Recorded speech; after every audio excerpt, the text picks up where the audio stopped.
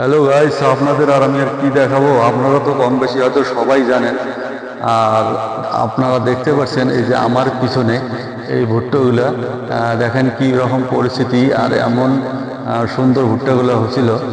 আর এই যে ঘন ঘন বৃষ্টি, আর এদিকে মানে যে পাথর হয়ে গেল, মানে রেগুলারে ঝড় বৃষ্টি পাথর হচ্ছে। আর এই পাথরের জন্য কিন্তু মানে ভুট্টাগুলো সব কিন্তু একদম মাটির মধ্যে ফেলে রাখছে। আর এই যে দেখতে পাচ্ছেন বন্ধুরা, এই যে ভুট্টা বাড়িতে দেখেন এখনো ভুট্টা কমপ্লিট হয়নি, কিন্তু এই দেখতে পারেন এই দেখো কি রকম কিন্তু এখানে পানি কিন্তু মানে জমির মধ্যে পানি রয়ে রয়ে গেছে।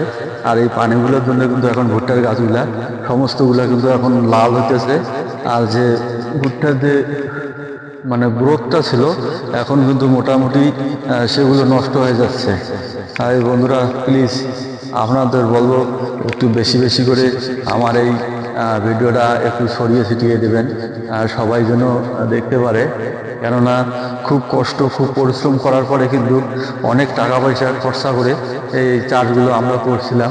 আর দেখতে পাচ্ছেন মানে যত দূরে দেখবেন, মানে কি বলবো আর, যত দূরে আপনারা দেখবেন শুধু এই ভুট্টার গাছ। কিন্তু এদিকে আমাদের সাধারণত আমরা এই সিজনটা মানে ভুট্টা চাষ করি, আর আমাদের এদিকে ভুট্টা চাষটা খুব সুন্দর হয়। এই কারণে কিন্তু আমরা এদিকে ভুট্টা চাষ করি। আর এই বছর এমন একটা পজিশন হয়ে গেছে, মানে কি বলবো, মানে আলু তো গেছে আমাদের, আর ভুট্টাও কিন্তু এরকম পজিশনে আসে গেছে। এখন চায়না ধান করছি, হয়তো চায়না ধানও আমাদের আর থাকবে না, ওগুলো হয়তো নষ্ট হয়ে যাবে। কেননা রেগুলারে বৃষ্টি, ঝড় বৃষ্টি, মানে শিলা বৃষ্টি, মানে দেখা গেল বৃষ্টি বেশি হলে জল জমে যাচ্ছে আলু খেতে।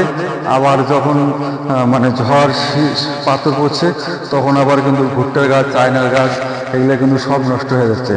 মানে এই যে যাওয়ার মতন পরিস্থিতি নেই, এত মনে করুন পানি, মানে কি বলবো আপনাদের, মানে এই যে পানি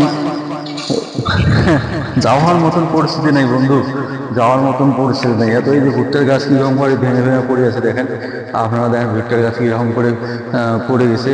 আর এই যে দেখতে পাচ্ছেন এই যে এগুলা কিন্তু ভুট্টার কিন্তু এই যে জোয়ার, আর এটা কিন্তু এখন কিন্তু মোটামুটি মানে নষ্টর দিকে, যে একদম নষ্ট হয়ে গেছে।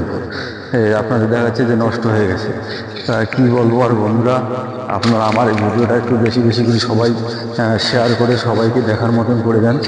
মানে কি বলবো আর, বলার মতন কিচ্ছু নেই। মানে আপনাদের বললাম, মানে যদিকে যত দূরে দেখবেন শুধু আমাদের এদিকে ভুট্টা চাষটাই বেশি হয়। আর এই যে দেখতে পাচ্ছেন মানে যত দূরে আপনারা দেখতে পাবেন শুধু কিন্তু ভুট্টা, খালি ভুট্টা, মানে এত ভুট্টা চাষ আমাদের এদিকে। আর এখন কিন্তু সব এগুলো এখন নষ্টর দিকে।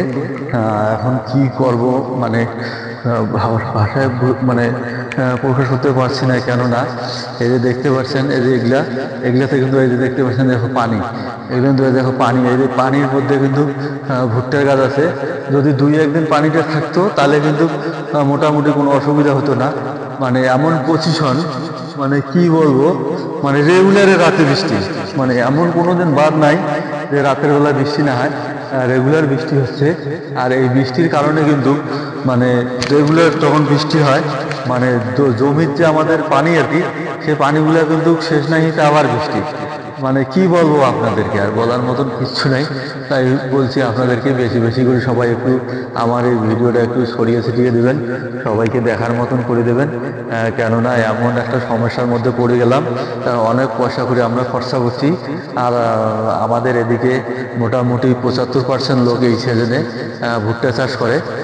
তার কম বেশি সবাই কিন্তু একটা টার্গেট থাকে যে আমরা ভুট্টা চাষ করার পরে ভুট্টা বিক্রি করে কিছু একটা করব।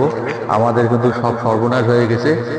আর কি বলবো বন্ধুরা, সবাইকে বলবো বেশি বেশি করে আমার এই ভিডিওটাকে একটু ছড়িয়ে ছিটিয়ে দিবেন।